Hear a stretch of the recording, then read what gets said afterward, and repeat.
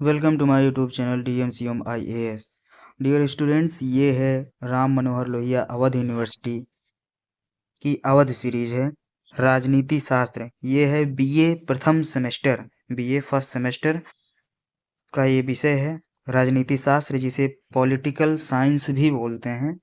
और ये है भारतीय राष्ट्रीय आंदोलन और भारत का इतिहास। और इंग्लिश में इसका जो नाम दिया गया है, Indian national movement and constitution of India. ठीक है, भारत का संविधान या भारत का इतिहास यानी भारतीय राष्ट्रीय आंदोलन। ठीक है, तो ये एक प्रकार से जो स्वतंत्रता के लिए लड़ाई लड़ी गई थी हमारे स्वतंत्रता सेनानियों द्वारा, गांधी जी हुए, जवाहरलाल नेहरू हुए, और जो सुभाष चंद्र बोस हुए, भगत सिंह। ठीक है, ये सब जो भी हमारे महान नेता हुए हैं, इन सब का एक इतिहास है इसमें। ठीक है, क्या क्या किए थे और कैसे कैसे हमारा देश आज़ाद हुआ, बस इसी का ही कहानी है। और उसके बाद हमारा जब आज़ाद हुआ, देश आज़ाद हुआ, उसके बाद संविधान का निर्माण कैसे हुआ ये भी देखेंगे। ठीक है, तो चलिए शुरू करते हैं। ये है सिलेबस आपका, इसमें जितने भी प्रश्न हैं अति लघु उत्तरीय, टोटल 51 यानी 51 क्वेश्चन है। ठीक है, और इसके बाद हम शुरू करते हैं यहाँ से अति लघु उत्तरीय प्रश्न से। पहला प्रश्न से शुरू करेंगे हम।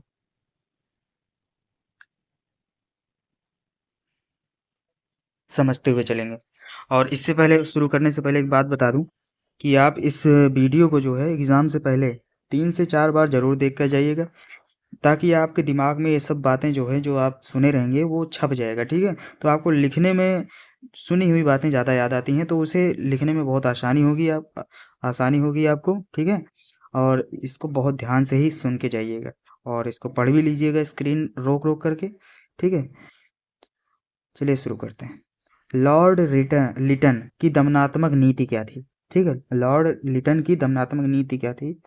लॉर्ड लिटन 1876 से 1881 ईस्वी तक भारत का वायसराय था।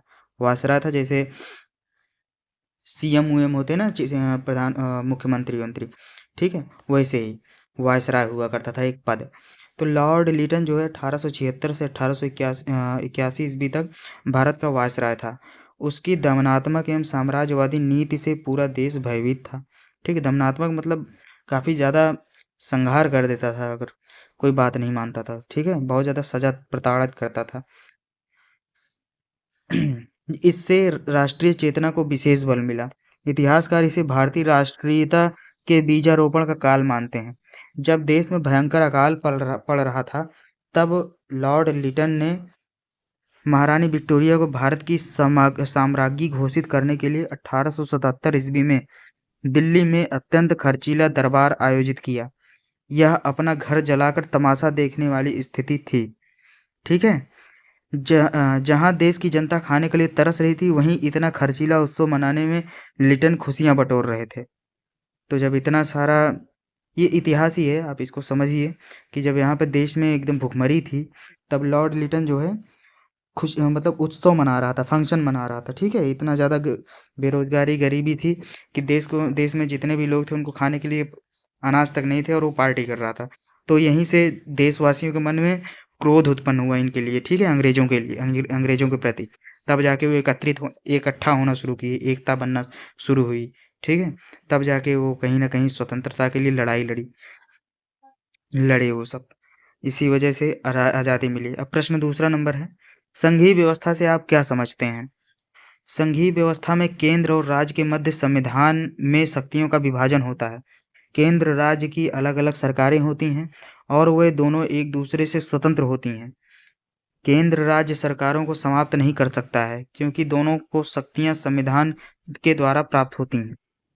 संघात्मक व्यवस्था के निम्न मुख्य लक्षण होते हैं: लिखित एवं निर्मित संविधान, संविधान के द्वारा शक्तियों का विभाजन, केंद्र राज्य की अलग अलग सरकारें, संविधान की सर्वोच्चता और न्यायपालिका की निष्पक्षता। देखिए, संघीय व्यवस्था से फेडरलिज्म क्या होता है, जो संघीय व्यवस्था क्या है समझा देता हूँ।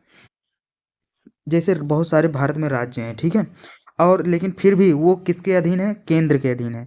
केंद्र सरकार, यानी जैसे अभी मोदी जी हैं केंद्र सरकार, और बाकी राज्य में कहीं योगी सरकार तो कहीं नीतीश सरकार, बहुत सारे ऐसे लोग हैं ना। तो लेकिन ये सब केंद्र के अधीन है, तो केंद्र सबसे ऊपर होता है। तो केंद्र के अंतर्गत केंद्र सरकार के अंतर्गत राज्य सरकारें काम करती हैं, ऐसा कह सकते हैं। ठीक है, ऐसा कहा जाता है। और एक लिखित संविधान होता है हमारे केंद्र में, और जिसका पालन केंद्र भी करता है और राज्य भी उसी का संविधान का निर्माण करते, मतलब संविधान का पालन करते हुए चलते हैं। ठीक है, संविधान के द्वारा केंद्र को अलग शक्ति मिली रहती है, केंद्र ये काम करेगा, और राज्यों को अलग अलग शक्ति मिली रहती है कि राज्य अलग अलग काम करें, जैसे संविधान के द्वारा शक्तियों का विभाजन कहते हैं। ठीक है, और केंद्र और राज्य की अलग अलग सरकारें भी होती हैं, ये भी समझ लीजिए, अलग अलग सरकारें हैं। संविधान की सर्वोच्चता है, संविधान ही देश में अपने सबसे ऊपर है, इससे ऊपर कुछ भी नहीं है। न्यायपालिका की निष्पक्षता, और न्यायपालिका जो है जैसे सुप्रीम कोर्ट, हाई कोर्ट, ये सब निष्पक्ष न्याय करते हैं, ऐसा होना चाहिए हमेशा, और होता भी आया है। चलिए देखते हैं प्रश्न नंबर 3, राष्ट्रपति की अध्यादेश जारी करने की शक्ति। भारतीय राष्ट्रपति अनुच्छेद 123 के अंतर्गत अध्यादेश जारी कर सकता है। जब संसद का अधिवेशन न चल रहा हो और किसी विषय पर कानून बनाया जाना आवश्यक हो, तो ऐसी स्थिति में राष्ट्रपति अध्यादेश जारी कर सकता है। इसका प्रभाव सामान्य कानून की तरह होता है, परंतु इसे संसद के आगामी अधिवेशन में दोनों सदनों द्वारा पारित होना आवश्यक होता है। ऐसा न होने पर अध्यादेश स्वतः समाप्त हो जाता है।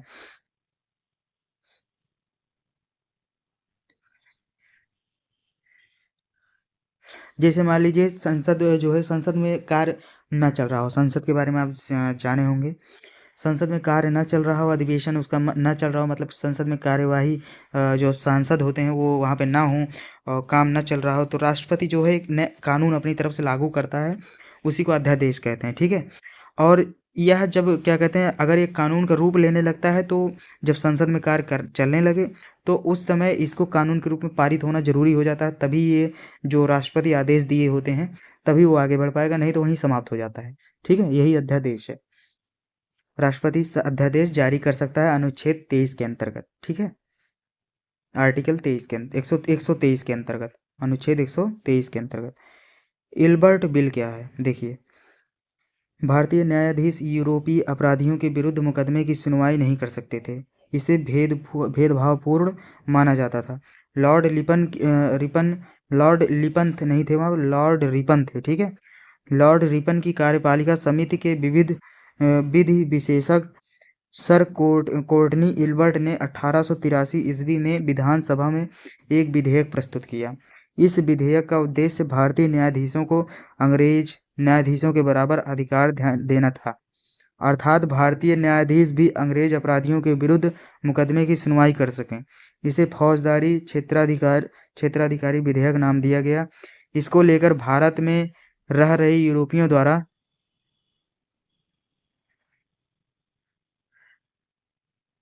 घोर विरोध किया गया। ये ब्रिटिश सरकार से लॉर्ड रिपन और एल्बर्ट को वापस बुलाने के लिए जगह जगह प्रदर्शन करने लगे।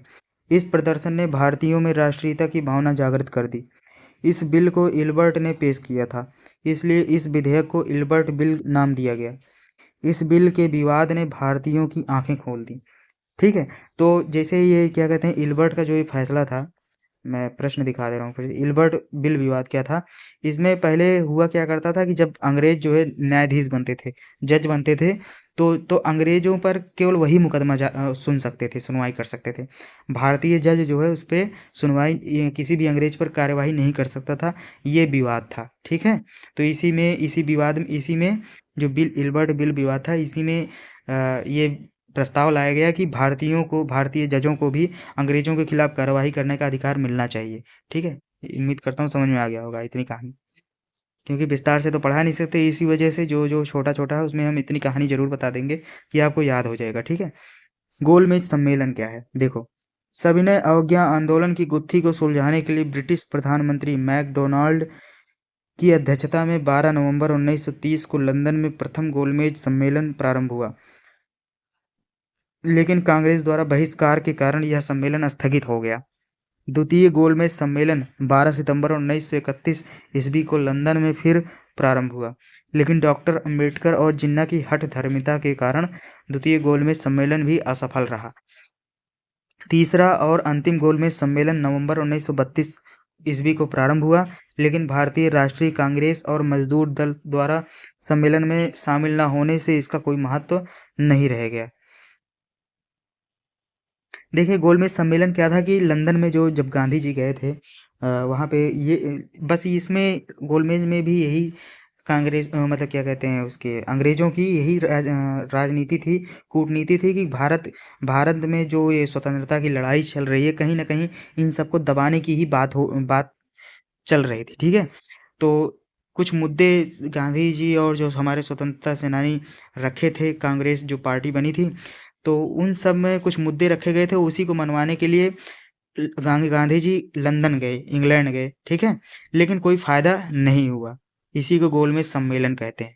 अंग्रेज़ों के अंग्रेज़ों में क्योंकि कूटनीति थी, ठीक है? वो पहले से ही सोच रहे थे कि भारतीय लोगों को भारतीयों पर हमेशा राज किया जाए, लेकिन गांधी जी भी तटस्थ थे, ठीक है? ना तो अंग्रेज दबा पाए और ना ही गांधी जी की बात सुनी गई वहाँ पे, तो यही बात थी, ठीक है? एक मुद्दा था उसी को सुलझाने के लिए गोलमेज सम्मेलन हुआ था इंग्लैंड में या लंदन में, ठीक है? द्वैध शासन प्रणाली। द्वैध शासन प्रणाली क्या है? भारत में पहले प्रांतों में द्वैध शासन प्रणाली की स्थापना की गई। इसके बाद 1935 ईस्वी के अधिनियम द्वारा ही केंद्र में भी द्वैध शासन की स्थापना हुई। 1935 ईस्वी के अधिनियम को मिनी संविधान माना जाता है। इसी अधिनियम के द्वारा प्रांतों को कुछ स्वतंत्रताएं दी गई। 1937 ईस्वी में देश में प्रांतों के चुनाव इसी आधार पर कराए गए थे, जिसके द्वारा अंग्रेजी शासन के अंत की प्रक्रिया प्रारंभ हुई। अतः स्पष्ट है कि द्वैध शासन प्रणाली ने प्रांतों और केंद्र को कुछ आज़ादी प्रदान की थी। द्वैध शासन मतलब क्या था पता है? जैसे मैं इसको एक बार फिर से पढ़ूंगा, ठीक है? भारत में पहले प्रांतों में द्वैध शासन प्रणाली की स्थापना की गई। इसके बाद 1935 ईस्वी के अधिनियम द्वारा केंद्र में भी द्वैध शासन की स्थापना हुई, ठीक है? चलिए शुरू करते हैं, बताते हैं इसमें। जैसे अंग्रेजों को जो है अंग्रेज अधिकारियों को उच्च कामों में अधिकारिता प्रदान की जाती थी, ठीक है? और जैसे भारतीय जो अधिकारी बनते थे उनको लोअर काम में जैसे साफ सफाई का काम काम में उनको अध्यक्ष बनाया जाता था। और जो अंग्रेज अधिकारी थे उनको क्या कहते हैं कि सड़क निर्माण और क्या कहते हैं वायुयान मतलब बड़े बड़े कामों में उनको अध्यक्षता प्रदान की जाती थी। तो द्वैध शासन मतलब दोहरी प्रणाली हो गई, ठीक है? अंग्रेजों को ज़्यादा वरीयता मिलती थी और मतलब भारतीय अधिकारियों को कम वरीयता मिलती थी। यही है द्वैध शासन प्रणाली थी, ठीक है? प्रश्न संख्या 7, क्रिप्स मिशन भारत क्यों आया? ब्रिटिश सरकार द्वारा क्रिप्स मिशन भारत भेजने के निम्न कारण थे। भारत को जापान से खतरा, ब्रिटेन पर मित्र राष्ट्रों का दबाव, ब्रिटिश जनता भारतीय पक्षधर, आज़ाद हिंद फौज से खतरा। ठीक है, आज़ाद हिंद फौज किसकी थी? सुभाष चंद्र बोस का था, ठीक है? तो देखो इतने क्रिप्स मिशन भारत क्यों आया था? इन सब से निपटने के लिए नियम लाए गए थे। जैसे भारत को पहले जब जापान से खतरा हो गया था, तो भारत को क्या खतरा था? अंग्रेज खुद ही डर रहे थे जापान जब इतना उत्पात मचाया था, ठीक है? और ब्रिटेन पर मित्र राष्ट्रों का दबाव था, ठीक है? ब्रिटिश जनता भारतीय पक्षधर थी। ब्रिटिश जनता भारतीय पक्षधर, इस पॉइंट को ना समझे तो कोई दिक्कत ही नहीं होगा। लेकिन आज़ाद हिंद फौज से खतरा, ठीक है? सुभाष चंद्र बोस खुद ही स्वतंत्रता के लिए लड़ाई लड़ रहे थे। उन्होंने एक फौज खड़ी कर रखी थी जिसे आज़ाद हिंद फौज बोला गया था, ठीक है? तो वो भी अंग्रेजों को एकदम डरा के रखे थे, वही है क्रिप्स मिशन, इसीलिए आया था, ठीक है? बंदी प्रत्यक्षीकरण क्या है? देखो, व्यक्तिगत स्वतंत्रताओं के लिए बंदी प्रत्यक्षीकरण लेख काफी महत्वपूर्ण है। इस लेख का अर्थ है शरीर उपस्थिति। इसके द्वारा न्यायालय बंदी बनाए गए व्यक्ति की प्रार्थना पर अपने समक्ष उपस्थित करने तथा उसे बंदी बनाने के कारण बंदी बनाने का कारण बताए जाने का आदेश दे सकता है। यदि न्यायालय उस पर विचार करने के बाद इस निष्कर्ष पर पहुंचती है कि संबंधित व्यक्ति को बंदी बनाए जाने के पर्याप्त कारण नहीं है, तो न्यायालय उस व्यक्ति को रिहा करने का आदेश दे सकता है। देखो जैसे अब कोई बंदी प्रत्यक्षीकरण क्या क्या है कि कोई भी व्यक्ति पर अगर आरोप लगता था तो उसे एकदम प्रत्यक्ष अदालत में उपस्थित होने के लिए कहा जाता था और उसे गिरफ्तार भी किया जा सकता था। और अदालत को जब लगे कि नहीं ये मुलजिम नहीं है, तो उसे रिहा करने का भी प्रावधान था। यही बंदी प्रत्यक्षीकरण है, ठीक है? शरीर की उपस्थिति होनी चाहिए, मतलब वो बंदा मतलब वो व्यक्ति वहां पर उपस्थित जरूर होना चाहिए। चलिए देखते हैं चौरी चौरा कांड क्या है। गांधी जी द्वारा असहयोग आंदोलन शांतिपूर्वक चलाने का निश्चय किया गया था। गांधी जी ने अंग्रेजों को कर न देने के लिए एक आंदोलन चलाने के लिए ब्रिटिश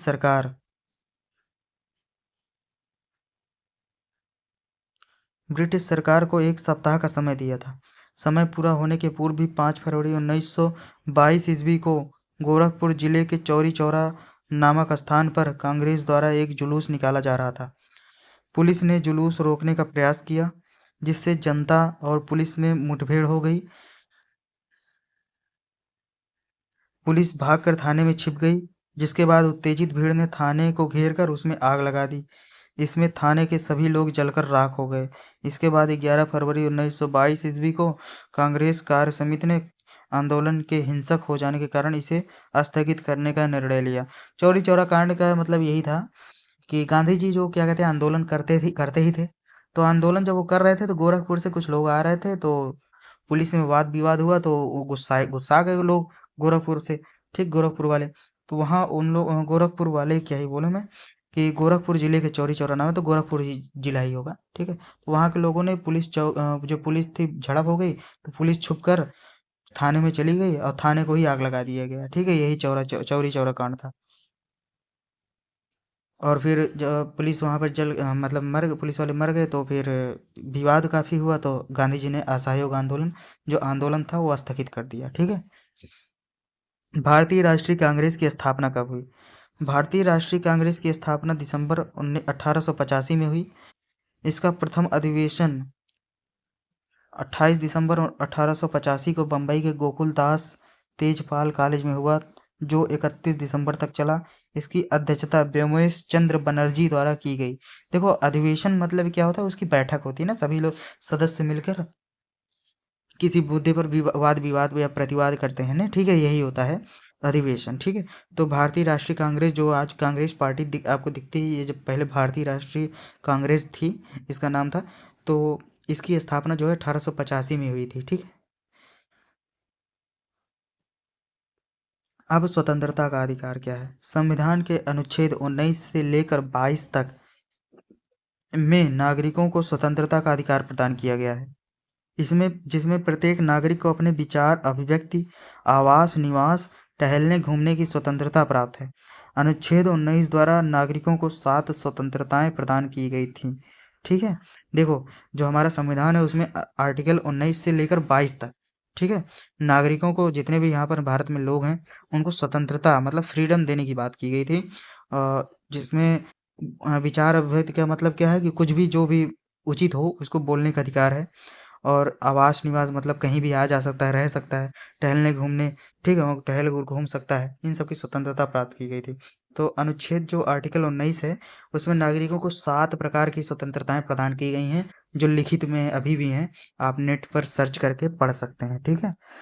दो तो यहीं पर है, तीन तो यहीं पर मिल गए, विचार अभिव्यक्ति, आवास निवास, टहलने घूमने की स्वतंत्रता, ठीक।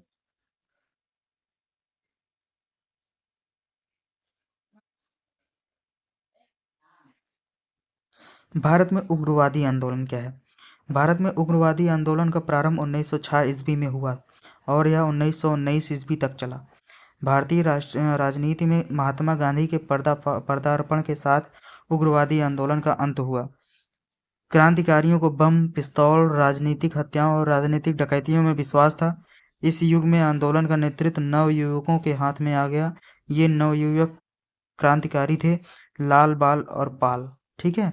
देखो, उग्रवादी आंदोलन मतलब कुछ लोग पहले जो स्वतंत्रता के लिए जो केवल बात को समझेंगे, मुद्दा ही समझना चाहिए आपको, ठीक है। तो कुछ लोग नरमपंथी थे, कुछ लोग उग्रवादी थे। मतलब उग्रवादी के मतलब क्या, मतलब कुछ लोग नरमपंथी का मतलब क्या है कि अ, शांति व्यवस्था से अंग्रेजों से बात करते थे कि आप ये कर दीजिए, वो कर दीजिए। तो अंग्रेज तो वैसे भी नहीं मानते थे, तो कुछ लोगों को ये पसंद नहीं था कि हम अंग्रेजों के सामने गिड़गिड़ाएं, ठीक है। तो वो क्या करते थे, आक्रामक स्वभाव से, अगर अंग्रेज को कहते हैं कि बात मान लो, नहीं तो अंग्रेजों को ही मारने पीटने लगते थे, बम फेंक देते थे, ठीक है। तो वो उग्रवादी आंदोलन हुआ करता था, बस यही मतलब। उसमें कुछ नेता जैसे लाल बाल पाल, लाल बहादुर शास्त्री, नहीं, लाल बहादुर शास्त्री नहीं, लाल बाल पाल से ही याद रखेंगे, बस इतना ही, ठीक है। लाल बाल पाल। इसके बाद फिर भारतीय संविधान का प्रथम अनुच्छेद क्या है? देखो, भारतीय संविधान के अनुच्छेद 1 में कहा गया है कि भारत राज्यों का एक संघ होगा, अर्थात भारत में संघात्मक शासन की स्थापना की गई है। राज्यों के मेल से ही भारत का निर्माण हुआ है। इस प्रकार भारत की केंद्र सरकार और इकाइयां दोनों संविधान द्वारा अधिकार प्राप्त हैं। भारतीय संविधान के जो अनुच्छेद 1 है, आर्टिकल 1 है, उसमें कहा गया है कि इंडिया डेट इज भारत। ठीक है, तो भारत राज्यों का एक संघ है, मतलब बहुत सारे जो हमारे 28 राज्य हैं उन सब सभी का एक समूह है भारत। ठीक है, भारत राज्यों का एक संघ है, अर्थात भारत में संघात्मक शासन की स्थापना की गई है। यानी सभी राज्यों के ऊपर क्या होगा, केंद्र होगा। केंद्र जो है, केंद्र और राज्य में शक्तियों का विभाजन होगा, जो अभी मैं पढ़ाया था ऊपर, वही सब है। ठीक है, केंद्र ही सर्वोपरि होगा। ठीक, राज्यों के मेल से ही भारत का निर्माण हुआ। ठीक है, बहुत सारे 28 राज्य हैं। ठीक है, इनको निर्माण से ही भारत का निर्माण हुआ। इस प्रकार भारत की केंद्र सरकार और इकाइयां दोनों संविधान द्वारा अधिकार प्राप्त हैं। सब बता दिया है मैंने। अब देखो, प्रश्न संख्या है 14।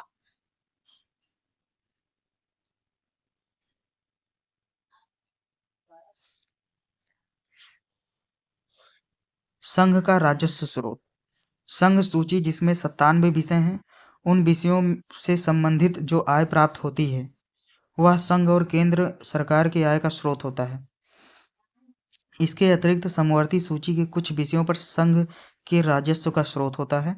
समवर्ती सूची के कुछ विषय ऐसे होते हैं जिस पर कर केंद्र सरकार लगाएगी, टैक्स जो है केंद्र सरकार लगाएगी और वसूलेगी, तथा उसका कर का उपयोग वही करता है।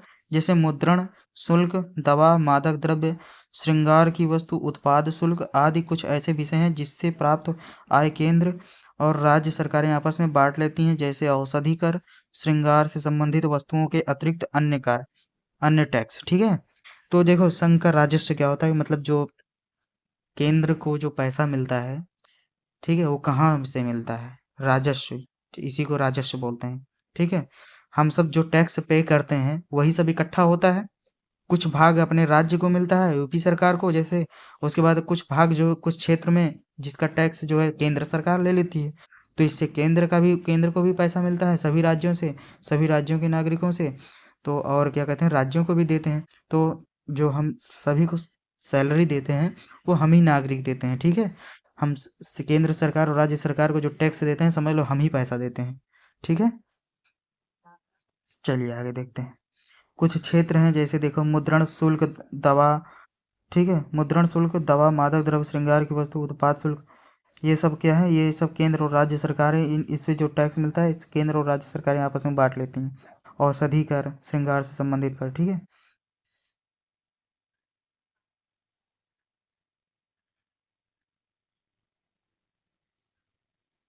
धन विधेयक या वित्त विधेयक क्या है।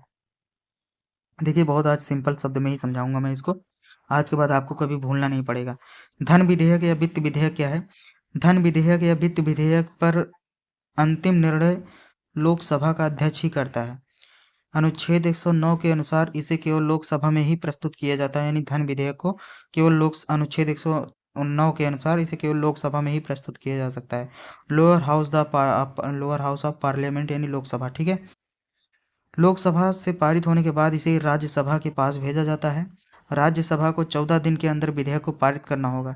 ऐसा न करने पर वित्त विधेयक दोनों सदनों से पारित मान लिया जाएगा। ठीक है, राज्यसभा के संशोधनों को सौ लोकसभा मानने के लिए बाध्य नहीं है। ठीक है, राज्यसभा अगर उसमें कुछ संशोधन करती है तो लोकसभा चाहे तो माने चाहे तो ना माने। ठीक है, देखो धन विधेयक और वित्त विधेयक का एक सिंपल सा फंडा है।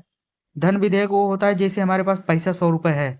ठीक है, अब 100 रुपए से तुम्हें क्या क्या काम करना है, ये विधेयक इसमें इसमें नियम लिख के उसे पारित करवा लो, तो ये धन विधेयक है। और वित्त विधेयक, हमें कितना पैसा, अभी पैसा हम केवल अनुमान लगा के कि हमें इतनी जरूरत पड़ेगी, अभी वो हमारे पास हाथ में नहीं है, फिजिकली वो हमारे पास अवेलेबल नहीं है, इसे वित्त विधेयक बोलते हैं। ठीक है, जैसे आप क्या कहते हैं, प्लान बनाते हैं ना कि आप 1 महीने में इतना पैसा पा जाएंगे तो हम ये काम कर लेंगे, तो ये वित्त विधेयक हुआ, क्योंकि अभी वो पैसा आया नहीं, आपने उसके क्या कहते हैं खर्च करने का जुगाड़ बना लिया, और वो पैसा कहाँ से प्राप्त होगा ये भी जुगाड़ बना रहे हैं, ये भी इसका भी जुगाड़ बना रहे हैं, तो वित्त विधेयक है। लेकिन धन विधेयक क्या है, हमारे पास अगर 100 रुपये है तो हम 100 रुपये के हिसाब से ही प्लान बनाएंगे, क्योंकि हमारे हाथ में पैसा है, फिजिकली है। ठीक है, यही है धन विधेयक और वित्त विधेयक। प्रश्न नंबर 16, माउंटबेटन योजना। 14 मार्च 1947 को लॉर्ड माउंटबेटन वायसराय बनकर भारत आए। भारत की आज़ादी और उसके विभाजन से संबंधित मांग पर लॉर्ड माउंटबेटन ने कांग्रेस के नेताओं पंडित जवाहरलाल नेहरू और सरदार वल्लभ भाई पटेल से बातचीत की। बातचीत के बाद दोनों पक्ष इस निष्कर्ष पर पहुंचे कि भारतीय समस्या का एकमात्र हल पाकिस्तान के निर्माण की मांग को स्वीकार कर लेना है। ठीक है। परिस्थिति को देखते हुए कांग्रेस ने दबाव में इस दुखद बिंदु को स्वीकार कर लिया।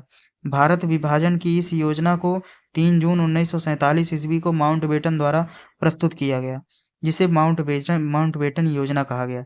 ठीक है। माउंटबेटन योजना क्या थी, मैं सिंपल सा बात बताते रहा हूँ। जब भारत के आज़ादी के कुछ ही साल पूर्व पाकिस्तान के भारत से पाकिस्तान अलग होना चाहता था ना, तो वो मांग बहुत जोर शोर से चल रही थी। मोहम्मद मोहम्मद अली जिन्ना, ठीक है, कुछ वहाँ के नेता होता थे। तो वो बहुत ज़्यादा मांग कर रहे थे कि पाकिस्तान को भारत से अलग किया जाए। तो अब भारत को क्या कहते हैं कि तो भारत के लिए जो हित में आया कि पाकिस्तान को अलग करना ही ठीक है। इसी पर एक नियम बनाया जो माउंटबेटन वहाँ पे आए थे वायसराय। ठीक है। वही जो है भारत के वायसराय जो माउंटबेटन बनकर आए थे वही ये नियम पारित करवा के चले गए। ठीक है। तो पाकिस्तान अलग हो गया, लॉर्ड माउंटबेटन। तो इसी को लॉर्ड माउंटबेटन योजना कहते हैं। कुछ नियम बनाए, ठीक है, उसी के अनुसार पाकिस्तान भारत से अलग हो गया। बस इतना ही बात बात आपके दिमाग में घुस जानी चाहिए कि मैं कहना क्या चाहता हूँ। ठीक है। ताकि आपके दिमाग में बातें घुसी रहें और पेपर में फट से लिख दिया जाए। उदारवादियों, सबसे ज़्यादा माउंटबेटन योजना में आपको क्या याद रखना है कि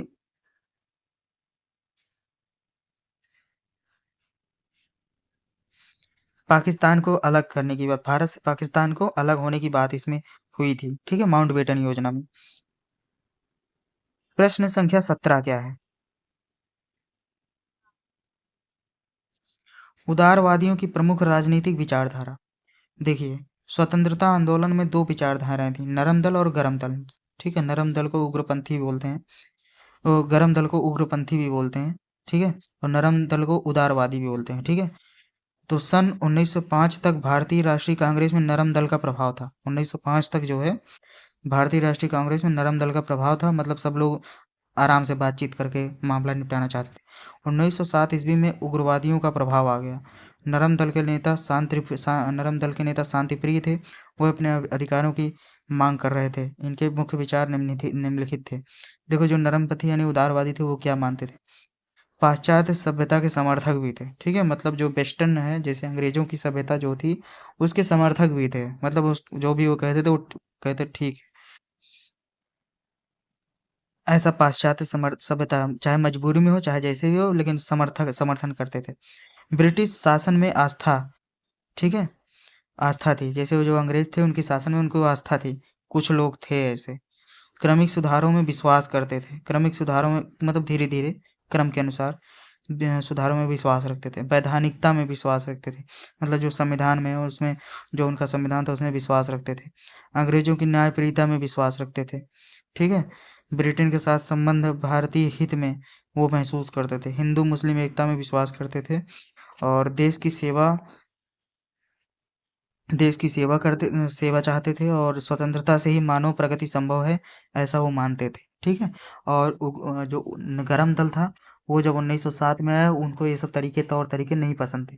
वो उग्र मतलब वो आक्रमण करके, अंग्रेजों पर आक्रमण करके ही सब चीज पा लेना चाहते थे। ठीक है। चलिए आप देखते हैं प्रश्न संख्या 18।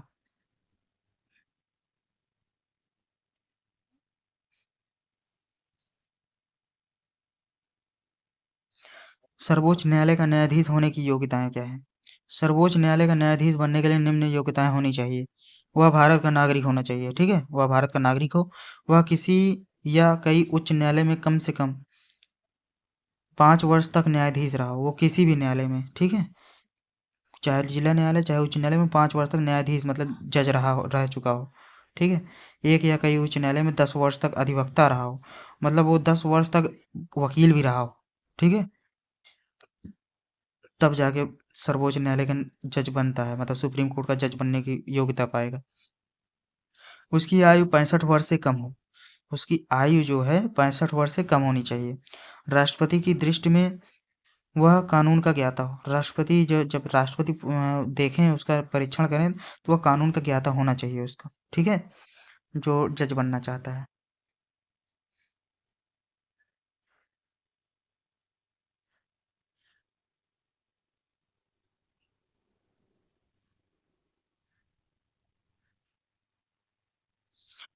भारतीय राष्ट्रपति किन परिस्थितियों में सर्वोच्च न्यायालय से परामर्श लेता है? अभी राष्ट्रपति उपराष्ट्रपति के विवाद बहुत हुआ था ना। देखिए, सर्वोच्च न्यायालय को परामर्श संबंधी शक्तियां प्राप्त हैं। अनुच्छेद 143 के अंतर्गत राष्ट्रपति कभी भी सार्वजनिक महत्व के विषय पर सर्वोच्च न्यायालय से परामर्श मांग सकता है। न्यायालय के परामर्श को मानना या न मानना राष्ट्रपति के विवेक पर निर्भर करता है। अर्थात सर्वोच्च न्यायालय के परामर्श को राष्ट्रपति मानने के लिए बाध्य नहीं है। देखिए, राष्ट्रपति को मान लो कोई काम जैसे सार्वजनिक जैसे देश के हित के लिए कोई फैसला लेना है, तो अगर उसमें कोई सलाह मांगना चाहता है सर्वोच्च न्यायालय सुप्रीम कोर्ट से, तो सलाह ले सकता है। लेकिन उसको राष्ट्रपति माने या ना माने, ये जरूरी नहीं है। ठीक है, राष्ट्रपति अपने विवेक पर मतलब विवेक पर निर्भर करता है उसके। ठीक है, चलिए। विद ओ यार,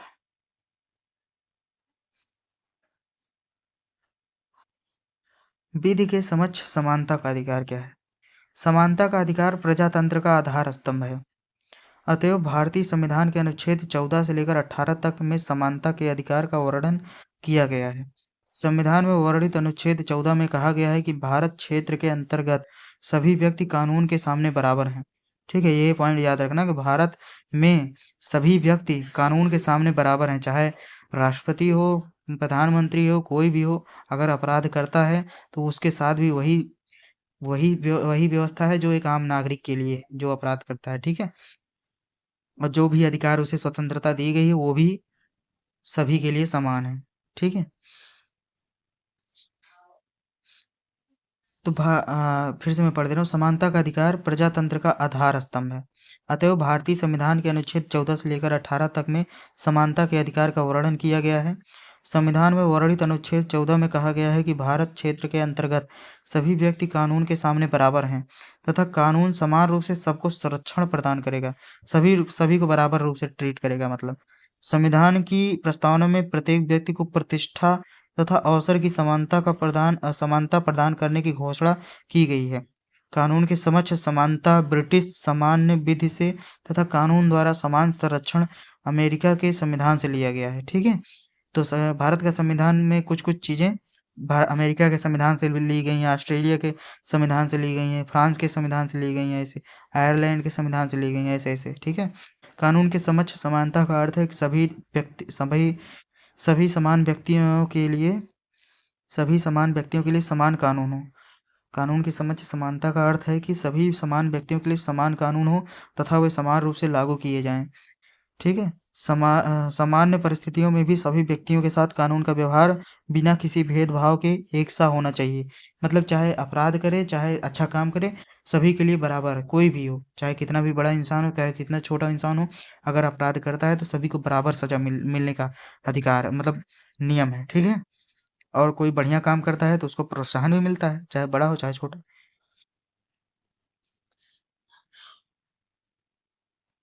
पाश्चात्य शिक्षा तथा विचारों का राष्ट्रवाद पर प्रभाव। देखिए,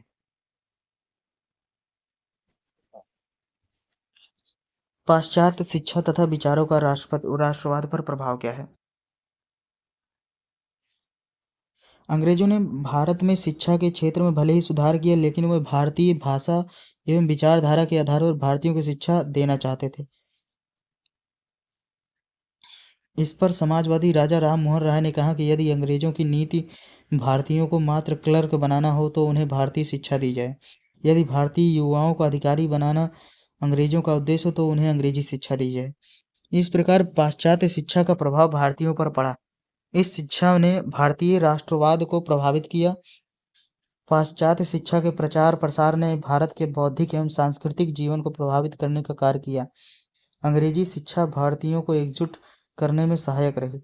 मतलब देखो, इसका मतलब क्या है? पाश्चात्य शिक्षा जैसे वेस्टर्न अंग्रेजी शिक्षा जिसकी मतलब है, अब जैसे हिंदी में शिक्षा देते, ठीक है, हिंदी में शिक्षा दे रहे थे तो राजा राम मोहन राय ने कहा कि तो हिंदी में शिक्षा देंगे भारतीयों को, तो मात्र क्लर्क रूप मतलब क्लर्क मामूली नौकरी मिलेगी, लेकिन अगर अंग्रेजी में शिक्षा मिलेगी तो वो भारत में जो अंग्रेज अधिकारी हैं उनके बराबर की नौकरी मिलेगी भारतीयों को, ठीक है। और जब भारत में जो क्या कहते हैं जो हिंदी मतलब हिंदुस्तानी जो अधिकारी बने अंग्रेजों के शासन में, तो वो अंग्रेजों के बारे में, अंग्रेजों की नीतियों उतियों के बारे में सब कुछ जान गए। तो वही जो जो आंदोलन हुआ स्वतंत्रता सेनानियों का, तो जब वो नौकरी छोड़कर आए तो अंग्रेजों की नीतियों के बारे में जानते ही थे। तो विरोध जो है और संघर्ष जो है एकदम सटीक तरीके से होने लगा कि अब अंग्रेजों को हराना अब आसान हो गया, ठीक है, क्योंकि अंग्रेजों के भीतर की नसें वो सब जान चुके थे। तो भारतीय के साथ मिलकर आंदोलन करना बढ़िया शुरू कर दिए। इससे राष्ट्रवाद की भावना इकट्ठा मतलब मजबूत हो गई कि भारत देश हमारा है और ये सब अंग्रेज इस पर राज नहीं कर सकते, ठीक है। असहयोग आंदोलन क्या था? सन 1919 में 3 ऐसी घटनाएं घटित हुई जिसने महात्मा गांधी को आंदोलन प्रारंभ करने के लिए विवश कर दिया। ये घटनाएं थी जलियांवाला बाग हत्याकांड, इसके बारे में तो सुना ही होगा, ठीक है। 13 अप्रैल 1919 को, ठीक है, अमृतसर में स्वर्ण मंदिर के बगल ये कांड हुआ था जिसमें कई हजार लोगों को अंग्रेजों ने गोली मार दी थी। रॉलेट एक्ट और खिलाफत आंदोलन, ठीक है। इन घटनाओं के कारण मजबूर होकर गांधी जी ने कहा कि हम अंग्रेजी हुकूमत का सहयोग नहीं करेंगे, अर्थात असहयोग की नीति अपनाएंगे।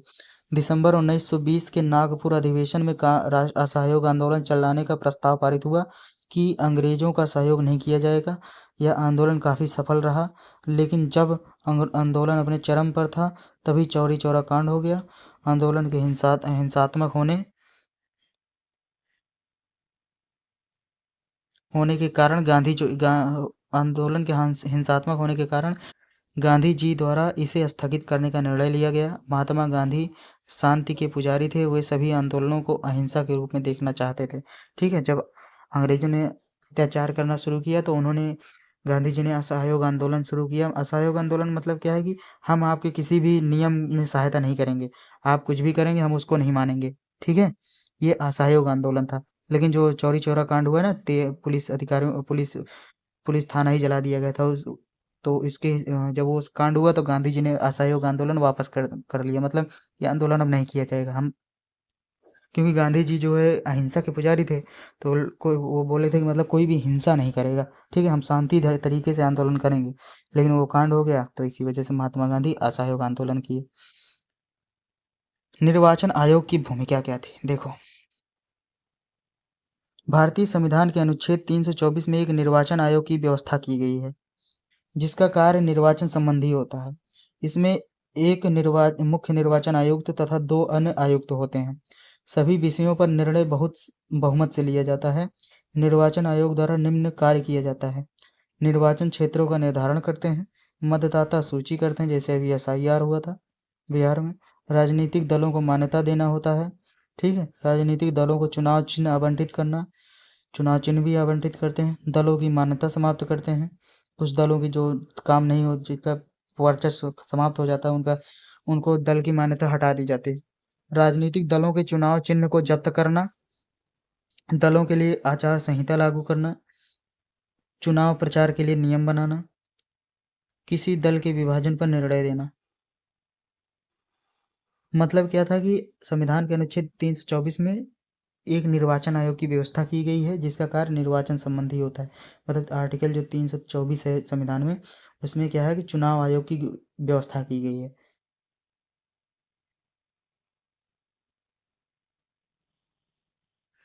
जो क्या करेंगे, जो निर्वाचन यानी चुनाव संबंधी कार्य को संपन्न कराएंगे, ठीक है। इसमें क्या होता है, एक मुख्य निर्वाचन आयुक्त होता है। मुख्य निर्वाचन आयुक्त क्या होता है इंग्लिश में इसका?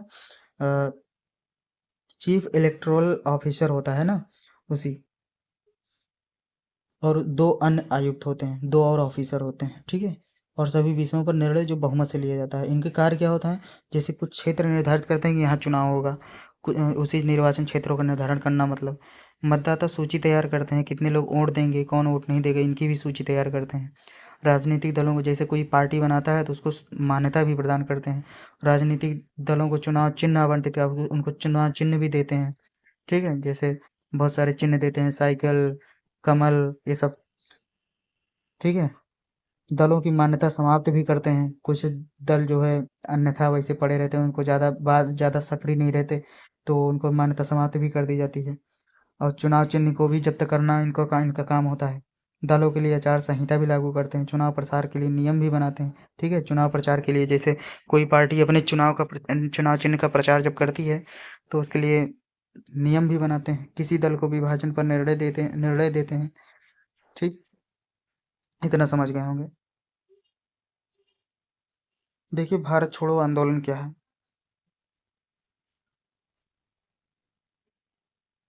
भारत छोड़ो आंदोलन का महत्व क्या है। भारत छोड़ो आंदोलन ने भारतीयों में एक ऐसी अपूर्व जागृति उत्पन्न कर दी, जिससे ब्रिटेन के लिए भारत पर लंबे समय तक शासन कर पाना मुश्किल हो गया। AC बनर्जी के अनुसार इस विद्रोह के परिणामस्वरूप अधिराज्य की पुरानी मांग सर्वथा समाप्त हो गई और उसका स्थान पूर्ण स्वतंत्रता की मांग ने ले लिया। इस आंदोलन ने भारतीय स्वतंत्रता के लिए पूर्ण पृष्ठभूमि तैयार की थी। अगस्त क्रांति अत्याचार एवं दमन के विरुद्ध भारतीय जनता का विद्रोह था। यह क्रांति जनता में उत्पन्न नवीन उत्साह तथा गरिमा की सूचक थी। इसी आंदोलन के कारण अमेरिका तथा ब्रिटेन में जनमत इतना अधिक भारत के पक्ष में हो गया कि अंग्रेजों को विवश होकर भारत छोड़ना पड़ा। तो भारत छोड़ो आंदोलन क्या है कि जब पानी सर से ऊपर हो गया अंग्रेजों के तांडव का, ठीक है, जो भारत पर इतना अत्याचार किए थे, जब अत्याचार सर से ऊपर हो गया, तब भारतीय लोगों ने सीधा कहा, गांधी जी ने सीधा आंदोलन कर दिया कि भारत छोड़ो। ठीक है। आंदोलन छेड़ दिया, भारत छोड़ो आंदोलन। तब अंग्रेजों को यहाँ से जाना पड़ा। ठीक है। विवश होकर, मजबूर होकर जाए गए फिर। यही भारत छोड़ो आंदोलन का महत्व था। ठीक है। भारतीय संविधान में वर्णित मौलिक अधिकार क्या है। भारतीय संविधान को भाग 3 में अनुच्छेद 14 से 35 तक नागरिकों को 6 मौलिक अधिकार दिए गए हैं। भारतीय संविधान में वर्णित मौलिक अधिकार क्या है। भाग 3 याद रहना चाहिए। अनुच्छेद 14 से 35 तक नागरिकों को 6 मौलिक अधिकार दिए गए हैं। कौन कौन से। समानता का अधिकार, मतलब सभी को समान रूप से अधिकार मिलेगा कोई भी काम करने के लिए। दूसरा क्या है, स्वतंत्रता का अधिकार, सभी को स्वतंत्रता का अधिकार मिलेगा चाहे कोई भी हो भारत में। ठीक है। शोषण के विरुद्ध अधिकार, शोषण मतलब अगर कोई किसी का शोषण करेगा तो उसके उसके विरुद्ध में उसको अधिकार है कानून के पास जाने के। ठीक है। रिपोर्ट लिखाने की। धार्मिक स्वतंत्रता का अधिकार, यानी कोई भी धर्म, चाहे हिंदू मुस्लिम सिख ईसाई कोई भी धर्म हो, अपने अनुसार अपना धर्म का पालन कर सकते हैं। संस्कृति एवं शिक्षा संबंधी अधिकार, यानी सभी को पढ़ने का अधिकार मिलेगा भारत के अंदर। ठीक है। भारत के नागरिकों को। संवैधानिक उपचारों का अधिकार, सभी को संविधान के सामने समान रूप से ट्रीटमेंट दिया जाएगा, सभी को समानता बिना भेदभाव के उसके साथ व्यवहार किया जाएगा। ठीक है। चलिए अब आगे देखते हैं, भारत की संसद का गठन क्या है। भारत की संसद का गठन है, संविधान के अनुच्छेद 79 के अनुसार भारतीय संसद लोकसभा, राज्यसभा और राष्ट्रपति से मिलकर बनेगी। ठीक है। भारतीय संसद का गठन क्या हुआ। भारतीय संविधान के अनुच्छेद 79 के अनुसार भारतीय संसद लोकसभा, राज्यसभा और राष्ट्रपति से मिलकर बनेगी। अर्थात भारतीय संसद के 2 सदन होंगे, लोकसभा और राज्यसभा। लोकसभा प्रथम और निम्न सदन होगा, जबकि राज्यसभा द्वितीय एवं उच्च सदन।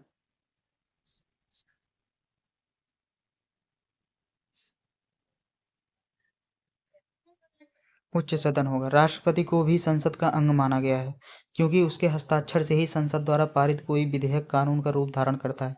देखिए, संसद जो है, प्रश्न ही दिखा देते हैं।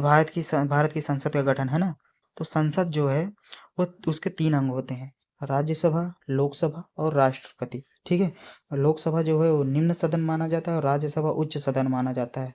और इन दोनों में कोई भी अगर विधेयक यानी बिल पारित किया जाता है, जब उस पर राष्ट्रपति साइन कर देता है तभी वह कानून बनता है।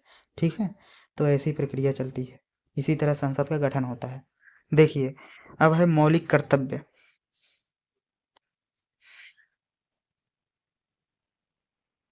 मौलिक कर्तव्य इसमें देख लेंगे आप। मौलिक कर्तव्य क्या है। भारतीय नागरिकों को मूल संविधान में 10 मूल कर्तव्य बताए गए हैं। 11वां कर्तव्य 2002 में 86वें संशोधन द्वारा जोड़ा गया। पहले मूल कर्तव्य 10 थे और अब 2002 में 86वां संशोधन हुआ संविधान में, तब 11वां मौलिक कर्तव्य जोड़ा गया। मौलिक कर्तव्य मतलब क्या? सभी नागरिकों को ये कर्तव्य अनिवार्य ये काम करना अनिवार्य होगा। ठीक है, ठीक है। चलिए देखते हैं, पहला क्या है? संविधान, राष्ट्र ध्वज और एवं राष्ट्रगान का सम्मान करना। हम सभी भारत के सभी नागरिकों को संविधान का सम्मान करना होगा, राष्ट्र ध्वज यानी तिरंगे का सम्मान करना होगा, राष्ट्रगान जनगण मन अधिनायक का सम्मान करना होगा। ठीक है, इसके बाद क्या है? दूसरा, स्वतंत्रता संग्राम के पावन आदर्शों का अनुसरण करें। मतलब स्वतंत्रता संग्राम के पावन आदर्श मतलब स्वतंत्रता, समानता, बंधुता, ये सब आदर्श थे। ठीक है, स्वतंत्रता जब इसी के आधार पर स्वतंत्रता ही मिली थी, तो उन आदर्शों का पालन करना होगा, अनुसरण करना होगा। संप्रभुता, एकता एवं अखंडता को प्रोत्साहन दें। संप्रभुता मतलब कोई भी देश मतलब जैसे भारत देश संप्रभु है, मतलब अपने देश के अंदर कोई भी निर्णय ले सकता है। एकता और अखंडता मतलब सभी लोगों के बीच में एकता हो। अखंडता मतलब क्या? कोई अलग ना हो। इन सबको प्रोत्साहन देना होगा। देश की रक्षा करना होगा, देश की रक्षा करें। देश की जब जरूरत पड़ने पर सभी नागरिक, भारत के सभी नागरिक देश की रक्षा करें।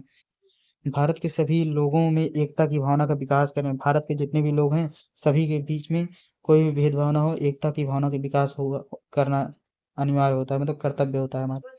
हमारी संस्कृति की गौरवशाली परंपरा का महत्व समझें और उनका संरक्षण करें। हमारी संस्कृति की गौरवशाली परंपरा, जैसे हमारे पुराने कुछ परंपराएं हैं जो बहुत अच्छे हैं, अभी भी प्रासंगिक हैं, उनका उनका संरक्षण करना मतलब उनको सुरक्षित बचाए रखना है। ठीक है, और उनका पालन करना है। प्राकृतिक पर्यावरण की रक्षा करें। हमारे आसपास के पर्यावरण, वायु को स्वच्छ रखें, पानी को स्वच्छ रखें, मिट्टी को स्वच्छ रखें। ठीक है, ये सब कर्तव्य है हमारा। वैज्ञानिक दृष्टिकोण और ज्ञानार्जन की भावना ज्ञानार्जन भावना का विकास करें। वैज्ञानिक दृष्टिकोण मतलब अंधविश्वास में ना जाएं, और ज्ञानार्जन की भावना मतलब ज्ञान प्राप्त करने की भावना हमेशा विकसित करनी चाहिए लोगों के अंदर और अपने अंदर भी। ठीक है, और ये रूढ़िवादी और भेदभाव ये सब हटा देना चाहिए। वैज्ञानिक दृष्टिकोण लाना चाहिए, मतलब कोई भी चीज़ हो वो प्रयोग पर आधारित हो, ऐसे ही नहीं कुछ भी कहो मान लिया जाए। ठीक है, सभी चीज़ें जो है प्रयोग पर आधारित हो, इसी को बोलते हैं क्या? वैज्ञानिक दृष्टिकोण। कुछ भी अगर बताओ, कोई भी चीज़ अगर खोजो, तो उसका प्रयोग होना चाहिए, ताकि जब कोई आप कोई बात बताओ, उसको प्रयोग द्वारा सिद्ध किया जा सके। जैसे वैज्ञानिक दृष्टिकोण क्या है? जैसे बिजली उत्पन्न हुई, ये इसमें क्या होती है? चुंबकीय क्षेत्र और क्या कहते हैं, मुक्त इलेक्ट्रॉनों का प्रवाह, इन दोनों के बीच जब अन्योन्य क्रिया होती है, तब जाके बिजली उत्पन्न होती है। ठीक है, तो ये वैज्ञानिक दृष्टिकोण हुआ। बिजली अपने आप ऐसे नहीं उत्पन्न हो जाती, उसमें मैग्नेटिक फील्ड बहुत काम करता है। मुक्त इलेक्ट्रॉनों की प्रेजेंस, उपस्थिति से ही बिजली उत्पन्न होती है। ठीक है, इसके लिए चालक होना चाहिए, धातु होनी चाहिए। ये सब प्रयोग पर आधारित है ना, इसको आप कहीं भी सिद्ध कर सकते हो, कोई भी सिद्ध कर सकता है। ठीक है, वैज्ञानिक दृष्टिकोण है ये। सार्वजनिक सम्मति को सुरक्षित रखें। सार्वजनिक सम्मति को सुरक्षित मतलब क्या?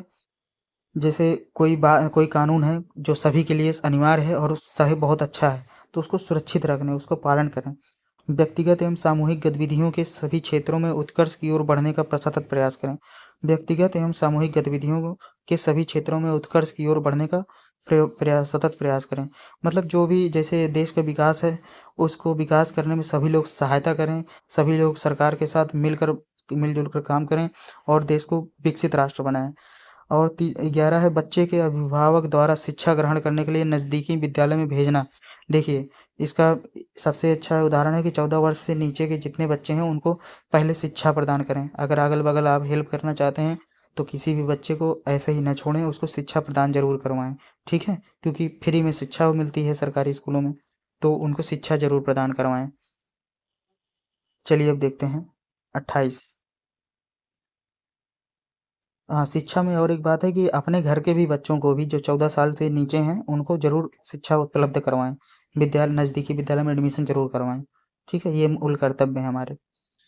प्रश्न संख्या है 28, नागरिकता के प्रकार। देखिए, नागरिकता के प्रकार क्या है? भारतीय नागरिकता प्राप्त करने के प्रकार। संविधान लागू होने के समय भारत के नागरिक, संविधान लागू होने के पूर्व जो भारत के नागरिक थे, वे बाद में स्वतः भारत के नागरिक हो गए। पाकिस्तान से भारत आने वाला कोई व्यक्ति जिसके माता पिता या कोई एक या उसके पितामह या पितामही या मातामही या मातामह में से कोई भारत शासन अधिनियम 1935 में परिभाषित भारत में जन्मा हो, जो विभाजन के बाद पाकिस्तान चले गए और वे बाद में पंजीकरण द्वारा भारतीय नागरिक हो गए। ठीक है, दूसरा क्या है, संविधान लागू होने के बाद भारतीय नागरिकता प्रदान प्राप्त करने के लिए निम्न विधि अपनाई गई।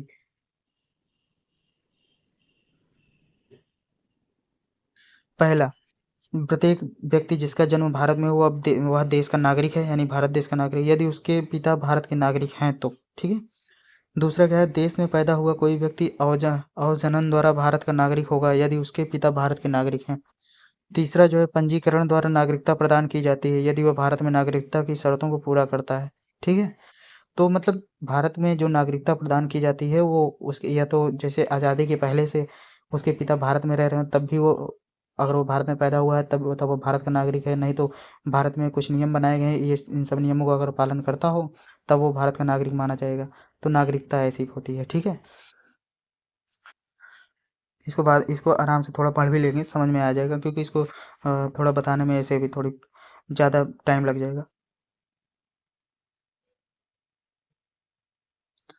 और एक और पॉइंट है, यदि कोई क्षेत्र विदेशी भारत में मिल जाता है तो उस क्षेत्र के सभी लोगों को भारत की नागरिकता मिल जाएगी। सिक्किम जब 1975 में भारत का अंग बना तो वहाँ के सभी नागरिक स्वतः भारतीय हो गए। मतलब जैसे कोई क्षेत्र है, जैसे सिक्किम है ना, सिक्किम जो है पहले भारत में नहीं था, जब 1975 में भारत में मिल गया तो वहाँ के सभी नागरिक भारतीय हो गए। ठीक है। यही है खासियत। भारत छोड़ो आंदोलन अभी हम पढ़ ही लिए थे, लेकिन फिर भी आ गया है तो फिर भी पढ़ लेते हैं। यह आंदोलन 9 अगस्त 1942 को आरंभ हुआ। ठीक है। यह आंदोलन जो है 9 अगस्त 1942 को आरंभ हुआ। इस समय कांग्रेस के सभी नेता गिरफ्तार कर लिए गए थे, स्वयं गांधी जी भी गिरफ्तार कर लिए गए थे, लेकिन जनता में इतना आक्रोश भर गया था कि जनता खुद ही कह रही है, भारत अंग्रेजों, भारत छोड़ दो चुपचाप। ठीक है, चले जाओ यहाँ से। कांग्रेसी नेताओं के पास कोई निर्धारित कार्यक्रम न था, जनता को केवल यह याद था कि महात्मा गांधी ने करो या मरो का मंत्र दिया था, मतलब करो या तो मरो, मतलब कि मतलब हटाओ जल्दी इनको, अंग्रेजों को यहाँ से, भागें यहाँ से जल्दी। अतः संपूर्ण भारत में विद्रोह प्रारंभ हो गया। यद्यपि यह आंदोलन असफल हो गया क्योंकि इसमें संगठन का अभाव था। ठीक है। हालांकि यह आंदोलन असफल हो गया, तो मतलब इसमें जब सारे नेता जब गिरफ्तार कर लिए गए तो इसको लीडरशिप नहीं मिल पाई ना, इसका नेतृत्व कोई नहीं कर पाया ठीक से, फिर जनता खुद ही आंदोलन कर रही थी इसमें। चलिए प्रश्न नंबर 30 पे देखते हैं। भारतीय संविधान 26 जनवरी को ही क्यों लागू हुआ? देखो, 26 जनवरी का दिन राष्ट्रीय आंदोलन में ऐतिहासिक महत्व का दिन था। 1930 में इसी तिथि को देश में पहली बार आज़ादी मनाई गई थी। अतः 26 जनवरी को ही भारतीय संविधान को लागू किया गया। मतलब क्या है कि सिंधु नदी के किनारे जवाहरलाल नेहरू ने 1930 में ही इसी दिन 26 जनवरी को ही आज स्वतंत्रता मतलब आज़ादी मना ली थी, मतलब आज़ादी मनाने लगे थे। ठीक है। अंग्रेज़ों के खिलाफ जब लड़ाइयाँ लड़ रहे थे सब, तब इसी दिन को क्या है कि आज़ादी मना ली गई थी। इसी वजह से जब भारत आज़ाद हुआ, संविधान लागू हुआ, तभी 26 जनवरी को ही भारतीय संविधान लागू किया गया। ठीक है। भारतीय संविधान प्रश्न नंबर 31 है। भारतीय संविधान की प्रमुख विशेषताएं बताइए।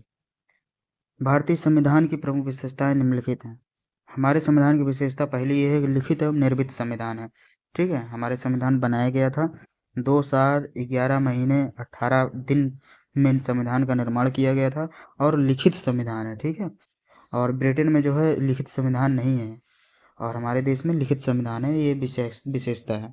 यहाँ संघात्मक शासन है, कई बार बता चुके हैं, केंद्र और राज्य में अलग अलग निर्वाचन होता है। ठीक है। यहाँ पे मुख्यमंत्री और केंद्र में प्रधानमंत्री होते हैं। और संसदनात्मक शासन होता है, मतलब संसद होते हैं। केंद्र में संसद में क्या होता है, लोकसभा और राज्यसभा होता है, और राज्यों में राज्य विधानमंडल होता है, जिसमें विधानसभा और विधान परिषद होता है। और विश्व का सबसे व्यापक संविधान हमारे भारत का है। न्यायपालिका की स्वतंत्रता होती है, इसमें मौलिक अधिकार एवं नीति निर्देशक तत्वों की व्यवस्था होती है। धर्मनिरपेक्ष राज्य है हमारा। ठीक है। हमारे संविधान में जो है धर्मनिरपेक्ष राज्य की घोषणा की गई है, जिसमें ये होता है कि सभी हमारे देश में क्या है, हिंदू मुस्लिम सिख ईसाई सभी धर्म के लोगों को बराबर का दर्जा दिया गया है। ठीक है। और प्रश्न नंबर 32 क्या है, राज्य विधानमंडल का गठन क्या है? संविधान के अनुच्छेद 168 के अनुसार प्रत्येक राज्य में एक विधानमंडल होगा, जिसमें एक राज्यपाल और एक या दो सदन होंगे। जिस राज्य में एक सदन होगा उसे विधानसभा, और जिस राज्य में दो सदन होंगे उसे विधान सभा और विधान परिषद कहेंगे। विधानसभा विधानमंडल का प्रथम एवं निम्न सदन तथा विधान परिषद उच्च सदन होता है। किसी भी राज्य की विधानसभा की सदस्य संख्या 60 से कम और 500 से अधिक नहीं हो सकती। लेकिन सिक्किम, गोवा और मिजोरम इसके अपवाद हैं, मतलब वहाँ सदस्यों की संख्या ज़्यादा है या कम हो सकते हैं।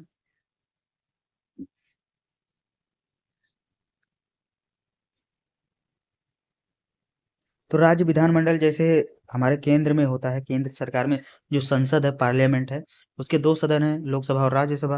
वहाँ पर राज्यसभा उच्च सदन होता है, ठीक है, और लोकसभा क्या होता है, निम्न सदन होता है, ठीक है। और इसी तरह राज्य में भी है जो हमारा राज्य विधानमंडल जिसे बोलते हैं, संसद को जैसे, ठीक है। और इसमें दो सदन होते हैं, विधानसभा और विधान परिषद।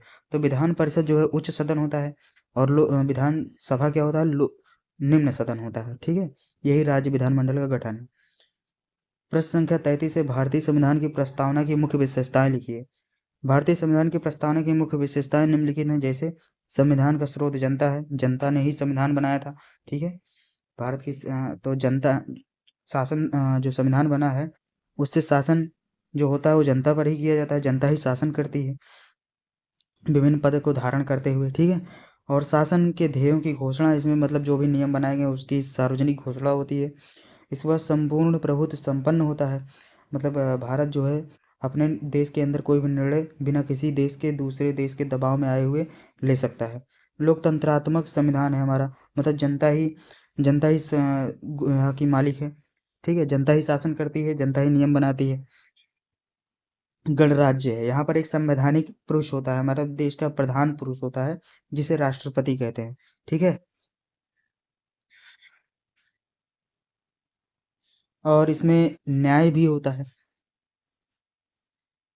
संविधान की प्रस्तावना में जो है न्याय की भी व्यवस्था है, मतलब सभी को जिनके साथ कुछ गलत हुआ है उनको न्याय प्रदान किया जाए, सभी को बराबर न्याय प्रदान करने की व्यवस्था है। स्वतंत्रता भी सबके अंदर सबको दी गई है, हमारे संविधान में सभी को स्वतंत्रता प्रदान की गई है। पंथ निरपेक्षता मतलब सभी लोग अपने धर्म को अपने हिसाब से मान सकते हैं, उसका पालन कर सकते हैं। समता मतलब सभी को समान व्यवहार किया जाएगा, ठीक है। राष्ट्रीय एकता और सभी लोगों में, भारत के जितने भी लोग हैं सभी में राष्ट्रीय एकता होनी चाहिए, ठीक है।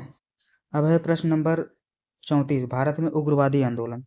भारत में उग्रवादी आंदोलन का प्रारंभ 1906 में हुआ और यह 1919 तक चला। भारतीय राजनीति में महात्मा गांधी के पदार्पण के साथ उग्रवादी आंदोलन का अंत हुआ। क्रांतिकारियों को बम, पिस्तौल, राजनीतिक हत्याओं और राजनीतिक डकैतियों में विश्वास था। इस युग में आंदोलन का नेतृत्व नव युवकों के हाथ में आ गया। ये नव युवक क्रांतिकारी थे लाल बाल पाल।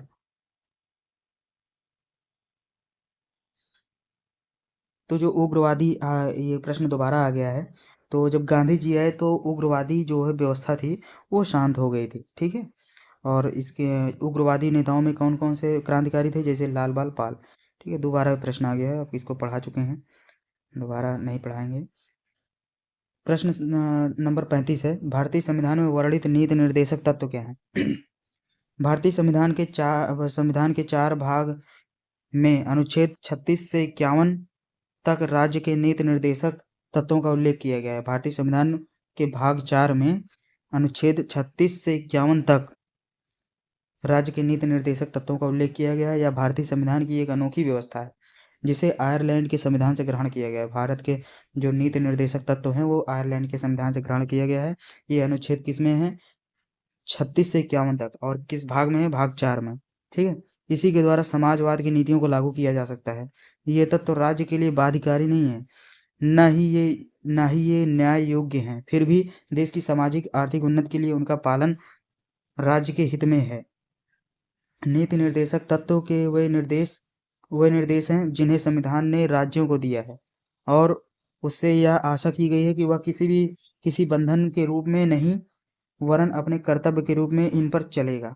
मतलब कुछ जैसे आर्थिक नीतियां हैं, कुछ समाजवादी नियम हैं, ठीक है। इन सब का जो नियम है वो राज्य के नीति निर्देशक तत्वों में दिया गया है, जिनको राज्य मानने के लिए बाध्यकारी नहीं है, ठीक है। जरूरी नहीं है कि माने, लेकिन यह जरूरी है, देश को, राज्य को आगे बढ़ाने के लिए यह जरूरी है, ठीक है।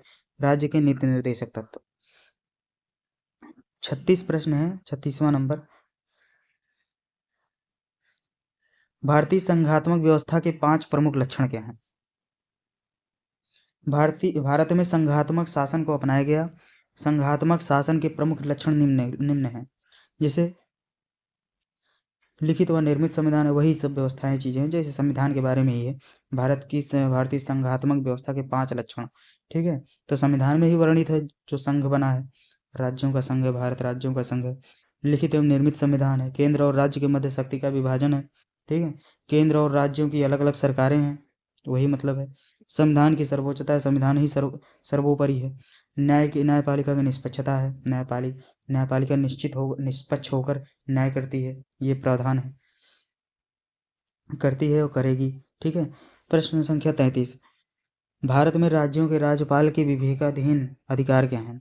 भारत में जो राज्यपाल हैं, गवर्नर, ठीक है, हर राज्य के गवर्नर होते हैं ना, उनके विवेकाधीन अधिकार क्या हैं? विधानसभा अध्यक्ष को संदेश एवं निर्देश देना, विधानसभा अध्यक्ष को संदेश एवं निर्देश देना। जो जैसे राज्य में जो संसद होती है, जैसे विधानमंडल बोलते हैं, उसका जो विधानसभा होता है, लोअर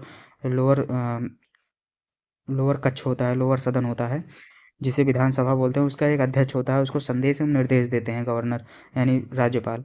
विधानसभा की कार्यवाही के लिए पर्यवेक्षक नियुक्त करते हैं। जो प्रश्न दूसरा पॉइंट है, विधानसभा की कार्यवाही के लिए पर्यवेक्षक नियुक्त करते हैं। राष्ट्रपति को राज्य की ताज़ा स्थिति से अवगत कराते हैं, मतलब राज्य की स्थिति क्या है, ये सब चीज़ें सूचनाएं जो है राष्ट्रपति को अवगत कराते हैं इससे। ठीक है, मुख्यमंत्री के विरुद्ध मुकदमा चलाने की अनुमति भी देते हैं ये। विधानसभा का अधिवेशन बुलाते हैं। अधिवेशन मतलब क्या, जैसे अब सभी विधायकों को बोलते हैं कि अब यहाँ पे सेशन चालू होने वाला है, आप लोग आइए। ठीक है, तो अधिवेशन को बुलाते हैं विधानसभा का। विधानसभा की कार्यवाही के लिए दिशा निर्देश भी जारी करते हैं। न्यायालय द्वारा मुख्यमंत्री को दोषी ठहराए जाने के बाद उन्हें बर्खास्त भी कर सकते हैं, मुख्यमंत्री को हटा भी सकते हैं। ठीक है, न्यायालय द्वारा साबित हो जाने के बाद। इसके बाद है 8वां है इसमें पॉइंट, यदि संविधान के अनुसार राज्य का शासन संचालित नहीं हो रहा है तो राज्य सरकार को बर्खास्त करना। अगर मान लो संविधान के अनुसार अगर शासन नहीं चला पा रही है सरकार किसी राज्य में, तो उस राज्य सरकार को ही बर्खास्त कर सकते हैं ये। ठीक है, पूरा मंत्रिमंडल को ही बर्खास्त कर सकते हैं। प्रश्न संख्या 38 क्या है? संविधान सभा का गठन कब हुआ था? ठीक है, संविधान सभा का गठन देश की आज़ादी के बहुत पहले महात्मा गांधी ने कहा था कि भारत का शासन भारतीयों द्वारा चलाया जाए। यह तभी संभव है जब देश का अपना संविधान होगा।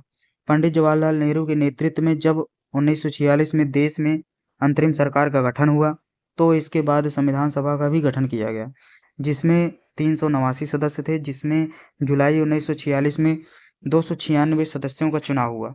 संविधान सभा की प्रथम बैठक 9 दिसंबर 1946 को हुई, जिसमें मुस्लिम लीग शामिल नहीं हुई। उसने कहा कि हमारे लिए एक अलग संविधान सभा का गठन किया जाए, जिसके बाद 3 जून 1947 के बाद विभाजन योजना के बाद संविधान सभा का पुनर्गठन किया गया, जिसमें 324 सदस्य शामिल किए गए। 31 दिसंबर 1947 को संविधान सभा के कुल सदस्यों की संख्या 299 ही रह गई। संविधान सभा के निर्माण के बाद 284 सदस्य ही थे जिन्होंने उस पर हस्ताक्षर किए थे। ठीक है, यह एक कहानी है, इसको सुन लीजिए, इसमें समझाने लायक कुछ है नहीं, ये ऐसे कहानी हुई थी। ठीक है, संविधान सभा के गठन के समय में अंतिम में जो सदस्य बचे 284 ही थे, उन्होंने संविधान सभा पे जो हस्ताक्षर किए थे। ठीक है, इसे आप पढ़ लेंगे, थोड़ी देर में वीडियो को रोक दे रहा हूँ, इसको आप पढ़ लेंगे और पॉज करके भी रोक कर भी पढ़ सकते हो। अब आगे चलते हैं। उच्च न्यायालय के न्यायाधीश की होने की योग्यताएं, यानी हाई कोर्ट के जज बनने की योग्यताएं क्या है? उच्च न्यायालय का न्यायाधीश होने की योग्यताएं, अनुच्छेद 217 में उच्च न्यायालय का न्यायाधीश होने के लिए निम्न योग्यताएं निर्धारित की गई हैं।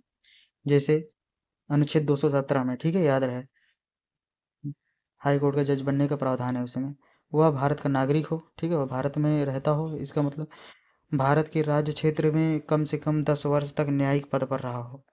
भारत के राज्य क्षेत्र में कम से कम 10 वर्ष तक न्यायिक पद पर रहा हो, यानी कि कहीं ना कहीं वो 10 वर्ष तक या तो वकील रहा हो, या फिर थोड़ा क्या कहते हैं कि जिला न्यायालय में वो कम से कम छोटा जज तो रहा ही हो। ठीक है, अथवा किसी उच्च न्यायालय या किसी एक या एक से अधिक न्यायालयों में लगातार कम से कम 10 वर्ष तक अधिवक्ता रहा हो, वही बात है। अधिवक्ता मतलब वकील रहा हो 10 वर्ष तक। उसकी आयु 62 वर्ष से कम हो, उसकी आयु जो है 62 वर्ष से कम होनी चाहिए। भारतीय प्रधानमंत्री की शक्तियां बताइए। देखिए अब मोदी जी के बारे में सुन लीजिए। जैसे मोदी जी अभी वर्तमान प्रधानमंत्री हैं, तो उनके पास क्या क्या शक्तियां हैं ये देखिए। जैसे मंत्रिपरिषद का निर्माण करना। मंत्रिपरिषद जैसे नितिन गडकरी ये सड़क और निर्माण मंत्री है ना, उसी तरह बहुत सारे मंत्री रक्षा मंत्री राजनाथ सिंह है, इसके बाद फिर वित्त मंत्री निर्मला सीतारमण है। तो ऐसे मंत्रिपरिषद का निर्माण करना, ठीक है। मंत्रियों के विभागों का वितरण एवं परिवर्तन, ठीक है। जो अगर मान लो इनका मंत्रिपरिषद अगर बदलना है, तो जैसे राजनाथ को वित्त मंत्री भी बना सकते हैं, कोई दिक्कत इनको नहीं होगी, ये बना सकते हैं। तो परिवर्तन भी कर सकते हैं उनके मंत्री विभाग को, ठीक है। मंत्रिपरिषद की बैठक की अध्यक्षता भी करते हैं। मंत्रिपरिषद की जैसे सभी मंत्रियों को बुलाकर उनके अध्यक्षता भी करते हैं, नियम समझते हैं, नियम बताते हैं। राष्ट्रपति और मंत्रिपरिषद के मध्य संपर्क की कड़ी बनाते हैं। राष्ट्रपति और मंत्रिपरिषद के मध्य संपर्क की कड़ी बनते हैं, ठीक है। जैसे मंत्रियों ने क्या काम किया ये सब की सूचना प्रधानमंत्री राष्ट्रपति को देंगे। इसके बाद अधिवेशन बुलाने, सत्रावसान करने की सिफारिश राष्ट्रपति से करना। मतलब जैसे अब लोगों की मंत्रियों की बैठक बुलानी हो, तो इसकी सिफारिश राष्ट्रपति से करते हैं, ठीक है। प्रधानमंत्री ही करते हैं। लोकसभा भंग करने की सिफारिश भी कर देते हैं, मतलब अब हो गई है बातचीत, चलो अब इसको लोकसभा को बंद करें, अब कुछ समय बाद ओपन किया जाएगा, बाद में अधिवेशन किया जाएगा, ठीक है। तो लोकसभा को भंग करने की सिफारिश भी करते हैं। वैदेशिक संबंधों का संचालन भी करते हैं, जैसे विदेशों से क्या संबंध है इन सब का संचालन भी करते हैं। मोदी जी ये दूसरे देशों में जाते हैं, बातचीत करते हैं वहाँ के राष्ट्राध्यक्षों से, तो इसे बोलते हैं वैदेशिक संबंधों का संचालन करना।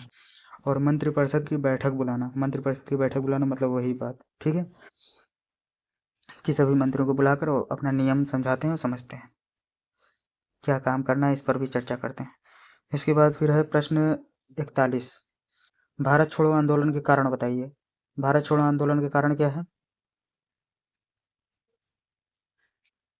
भारत छोड़ो आंदोलन के कारण क्रिप्स मिशन की असफलता, जापानी आक्रमण का भय।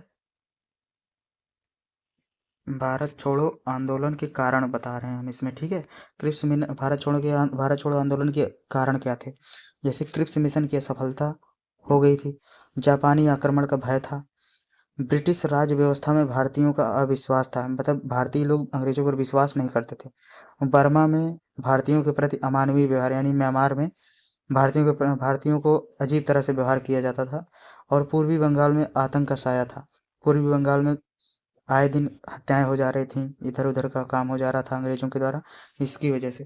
और वस्तुओं और सेवाओं के बढ़ते मूल्य, मतलब महंगाई भी बढ़ा दी थी अंग्रेजों ने, इसकी वजह से भारत छोड़ो आंदोलन हुआ था, ठीक है।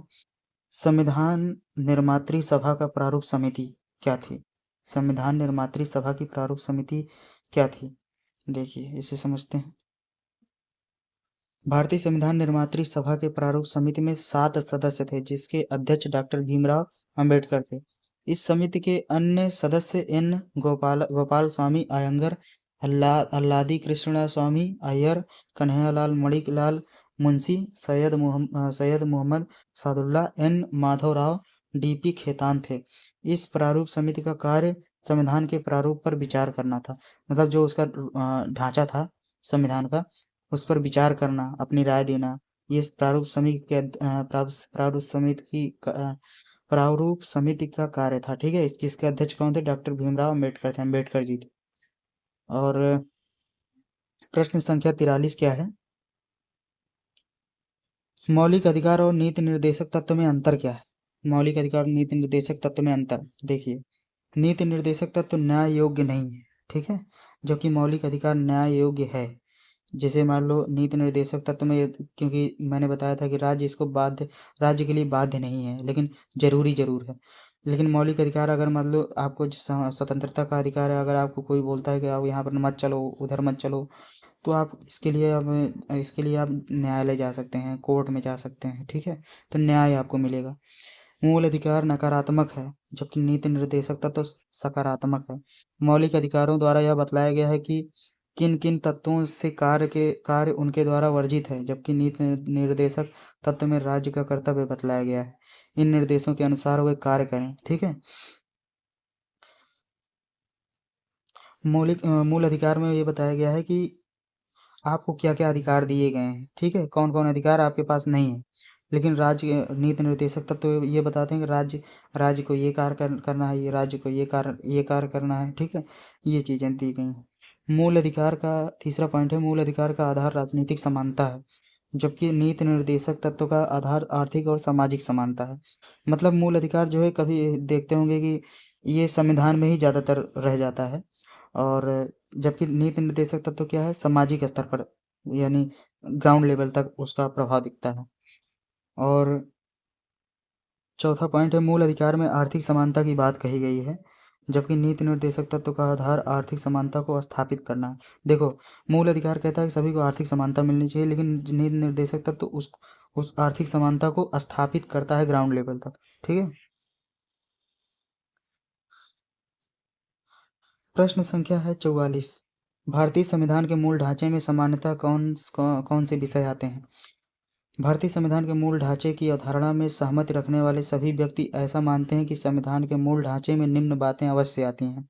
जैसे, संविधान का लोकतांत्रिक स्वरूप है, संविधान का पंथनिरपेक्ष स्वरूप है, नागरिकों के मूल अधिकार व स्वतंत्रताएं दी गई हैं, लोकसभा तथा राज्य विधानसभाओं के वयस्क मताधिकार पर आधारित स्वतंत्र चुनाव होना होता है, न्यायपालिका की स्वतंत्रता है। तो ये संविधान का मूल ढांचे में ये सब विषय आते हैं। संविधान जो है लोकतांत्रिक रूप से होना चाहिए, संविधान पंथनिरपेक्ष होना चाहिए, संविधान के मूल अधिकार और स्वतंत्रताएं होनी चाहिए, यहाँ पर वयस्क मताधिकार पर आधारित स्वतंत्र चुनाव होना चाहिए, न्यायपालिका की स्वतंत्रता होनी चाहिए। ये फंडामेंटल क्या कहते हैं, इसमें मूल ढांचे हैं। ठीक है, भारतीय संविधान की। 45 क्या है, राज्यसभा को लोकसभा की तुलना में क्या विशेष अधिकार प्राप्त है। राज्यसभा को लोकसभा की तुलना में क्या विशेष अधिकार प्राप्त है। राज्यसभा को कुछ ऐसे अधिकार प्राप्त हैं जो लोकसभा को नहीं प्राप्त हैं। देखते हैं। अनुच्छेद 249 के अनुसार राज्यसभा अपने विशेष बहुमत से राज्य सूची का कोई विषय महत्वपूर्ण घोषित कर सकती है। अनुच्छेद 249 के अनुसार राज्यसभा अपने विशेष बहुमत से राज्य सूची का कोई भी विषय महत्वपूर्ण घोषित कर सकती है। ये चीज यह ध्यान में रहे। उपराष्ट्रपति पर महाभियोग लगाने का अधिकार राज्यसभा को ही है। मतलब उपराष्ट्रपति, अभी बात हुई थी रिसेंट में, ठीक है, जगदीप धनखड़ को जो है त्याग पत्र दे दिए थे। ठीक है, तो अगर वो उस पर राज्यसभा महाभियोग चलाती तो भी वो हटाए जा सकते थे। तो वो अधिकार किसको है, राज्यसभा को ही है। अनुच्छेद 312 के अनुसार राज्यसभा अपने 2/3 बहुमत से किसी नई अखिल भारतीय सेवा का सृजन कर सकती है जो संपूर्ण देश में कार्य करे। मतलब जैसे अखिल भारतीय सेवा, मतलब ऑल इंडिया सर्विस, जैसे यूपीएससी है, आईएएस वाली जैसी सेवाएं हैं, तो राज्यसभा ऐसी कोई और सेवा सृजित कर सकती है आर्टिकल 312 के अनुसार। ठीक है। अब है प्रश्न नंबर 46। विधानसभा और विधान परिषद में संबंध बताइए। विधानसभा और विधान परिषद में संबंध बताइए। देखिए, उत्तर प्रदेश में विधानमंडल के दोनों सदनों में कोई विशेष गतिरोध नहीं रहा। पांचवी विधानसभा तक कोई ऐसा विधेयक नहीं था जिसे विधानसभा ने पारित किया कर दिया हो और उसे विधान परिषद ने पारित न किया हो। कुछ गतिरोध 1977 ईस्वी में आया, जब विधानसभा में जनता पार्टी की सरकार थी और विधान परिषद में कांग्रेस का बहुमत था। 1979 ईस्वी में विधानसभा ने यूनिवर्सिटी अमेंडमेंट बिल पारित कर दिया, लेकिन विधान परिषद ने उसे पारित नहीं किया। मुलायम सिंह के समय 1991 ईस्वी में उस समय गतिरोध की स्थिति आ गई, जब विधानसभा द्वारा वित्त विधेयक को पारित होने के बाद दोनों सदन अनिश्चित काल तक स्थगित कर दिया गया। सभापति द्वारा जब विरोध जताया गया तो मुलायम सिंह विधान परिषद को अनावश्यक समझने लगे, लेकिन गतिरोध वहीं पर समाप्त हो गया। इसके बाद दोनों सदनों में कोई गतिरोध नहीं हुआ। ये एक स्टोरी थी, इसको दोबारा से आप पढ़ लेंगे। मैं थोड़ी देर वीडियो रोक रहा हूँ। ठीक है, आप वीडियो को रोक करके पढ़ सकते हैं इसे।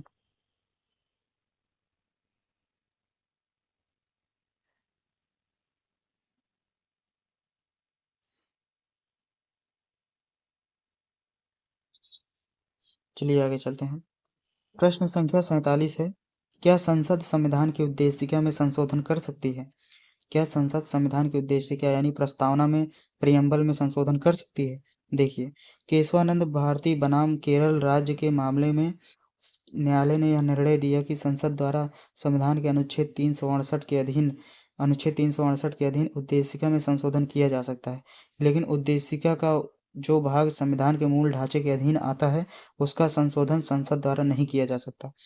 ठीक है, मतलब जो संविधान में मूल ढांचा जिसको घोषित कर दिया गया, अभी 6 विषय बताया था ना मैंने, तो उसमें संसद जो है संशोधन नहीं कर सकती है आर्टिकल 368 के तहत। बाकी सब में संशोधन कर सकती है, मूल ढांचे को नहीं छू सकती संसद।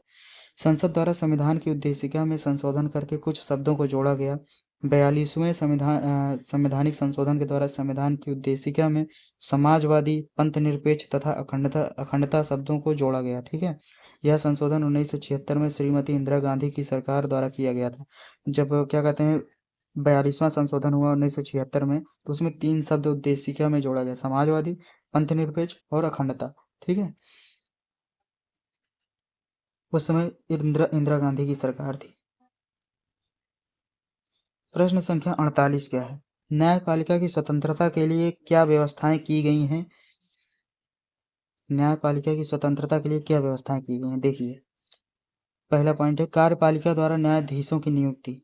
ठीक है, जो कार्यपालिका मतलब क्या है, जो प्रधानमंत्री हैं उनके मंत्रिपरिषद उनके द्वारा, जो उनकी जो मंत्रिमंडल है, उन्हीं के द्वारा न्यायाधीशों की नियुक्ति की जाएगी। ठीक है, जजों की नियुक्ति की जाएगी। कार्यकाल और पद की सुरक्षा की जाएगी, उनके कार्यकाल और पद की सुरक्षा भी की जाएगी।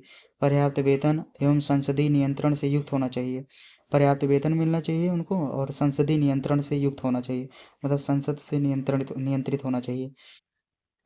कार्य प्रणाली के लिए नियम बनाने की शक्ति होनी चाहिए। अवकाश प्राप्ति के बाद वकालत पर प्रतिबंध भी लगाना का प्रावधान है। ठीक है, इसमें न्यायपालिका की स्वतंत्रता के लिए क्या व्यवस्थाएं की गई हैं, ये 5 इसमें व्यवस्थाएं हैं। कार्यपालिका द्वारा न्यायाधीशों की नियुक्ति होती है, कार्यकाल और पद की सुरक्षा होती है, पर्याप्त वेतन एवं संसदीय नियंत्रण से युक्त होता है, केंद्र कार्य प्रणाली के लिए नियम बनाने की शक्ति होती है, अवकाश प्राप्ति के बाद वकालत पर प्रतिबंध लगाने का प्रावधान है। इसके बाद है प्रश्न संख्या 49, राष्ट्रपति की आपातकालीन शक्तियों से संबंधित अनुच्छेद 352 में की गई है, सॉरी, राष्ट्रपति की आपातकालीन शक्तियों से संबंधित अनुच्छेद क्या है? ठीक है, देखो, युद्ध या बाह्य आक्रमण या सशस्त्र विद्रोह की स्थिति में संकट काल की व्यवस्था अनुच्छेद 352 में की गई है।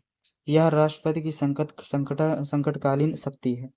अनुच्छेद 352 आर्टिकल 352 के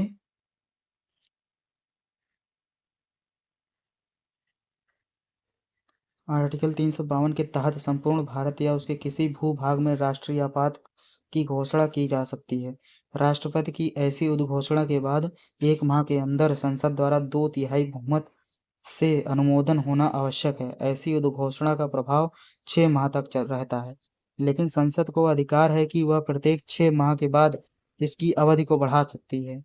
राष्ट्रीय आपातकाल आपातकाल लागू होने के बाद नागरिकों के मौलिक अधिकार, अनुच्छेद 19 में दी गई स्वतंत्रता का अधिकार और अनुच्छेद 32 द्वारा प्राप्त संवैधानिक उपचारों के अधिकार को स्थगित या सीमित किया जा सकता है।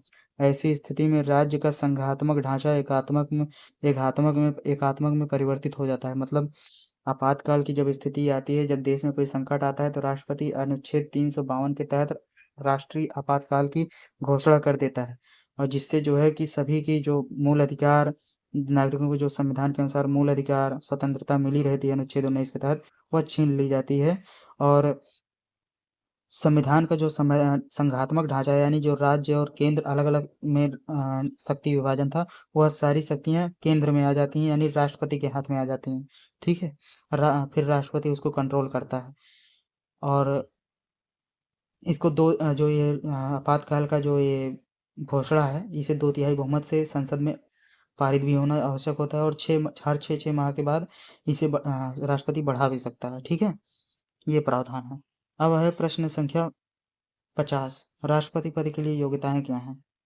राष्ट्रपति पद निर्वाचित होने के लिए निम्न योग्यताएं निर्धारित की गई हैं। वह भी भारत का नागरिक हो, वह भारत का नागरिक हो, वह 35 वर्ष की आयु पूरी कर चुका हो, यानी 35 साल से 35 वर्ष पूरा कर चुका हो, 35 वर्ष की आयु से ज़्यादा हो। वह लोकसभा का सदस्य निर्वाचित होने की योग्यता रखता हो, यानी वह लोकसभा यानी एमएलए बन सकता, मतलब एमपी बन सकता है, ठीक है, बनने की योग्यता रखता हो, मतलब एमपी बनने की योग्यता रखता हो, सांसद बनने की योग्यता रखता हो लोकसभा का, ठीक है। फिर भारत सरकार या राज्य सरकार के अधीन किसी लाभ के पद पर ना हो, यानी कोई नौकरी या किसी लाभ के पद पर ना हो भारत सरकार के अंतर्गत, ठीक है। राष्ट्रपति का पद चुनाव वही व्यक्ति लड़ सकता है जिसे निर्वाचक मंडल के 100 सदस्यों का समर्थन प्राप्त हो, जिसमें 50 सदस्य प्रस्तावक और 50 सदस्य समर्थक होते हैं, ठीक है। ये चीज प्रावधान था, निर्वाचक मंडल के 100 सदस्यों का समर्थन प्राप्त हो तभी चुनाव लड़ सकता है। और उसमें 50 सदस्य जो है प्रस्तावक होते हैं, प्रपोजल देते हैं, और 50 सदस्य उसके समर्थन में होते हैं। अब आता है भारतीय संविधान के एकात्मक लक्षण बताइए। भारतीय संविधान के एकात्मक लक्षण क्या है, देखिए। भारतीय संविधान में निम्न एकात्मक लक्षण दिखलाई देते हैं, जैसे शक्तियों का विभाजन केंद्र के पक्ष में, एकाहारी नागरिकता, संसद द्वारा राज्यों की सीमाओं में परिवर्तन, संविधान संकट काल में एकात्मक, राज्यसभा को अनुच्छेद 249 के तहत विशेष अधिकार, राज्यपालों की नियुक्ति राष्ट्रपति द्वारा, राज्यों की केंद्र पर निर्भरता, संवैधानिक संशोधनों में संघ को विशेष अधिकार, अंतर्राज्यीय परिषद, 10वां है संघ शासित प्रदेशों पर संघ का पूर्ण पूर्ण नियंत्रण, ठीक है। भारतीय संविधान के एकात्मक लक्षण ये हैं कि शक्तियों का विभाजन केंद्र में होना चाहिए, ठीक है। मतलब शक्तियों का विभाजन जो होना होता है वह उसका मेन हाथ हैंडल क्या होता है, केंद्र में होता है। एकाहारी नागरिकता होती है, भारत के में आप किसी भी राज्य में रहो लेकिन आपको एक ही नागरिकता मिलती है, ठीक। ये नहीं कि आप उत्तर प्रदेश में तो उत्तर प्रदेश की नागरिकता मिल जाए, आंध्र प्रदेश में तो आंध्र प्रदेश की नागरिकता, ये ऐसा नहीं है। आप किसी भी राज्य में हैं, बस भारत में हैं, तो आपको एक ही नागरिकता मिलती है कि आप भारत के नागरिक हैं। और संसद द्वारा राज्यों की सीमाओं में परिवर्तन है। देखिए, बिहार और झारखंड पहले एक ही था, ठीक है, बिहार, उसमें से झारखंड को अलग कर दिया गया, आंध्र प्रदेश से तेलंगाना को अलग कर दिया गया। सीमाएं निर्धारित जो है, जो केंद्र है, वो हमारे संसद जो है वो राज्य की सीमाओं में परिवर्तन कर सकता है, यानी राज्य की सीमा को बढ़ा भी सकता है और घटा भी सकता है, ठीक है। संविधान संकट काल में एकात्मक हो जाता है, मतलब राज्यों की शक्तियां भी केंद्र में निहित हो जाती हैं जब आपातकाल लगता है, ठीक है, संकट काल में।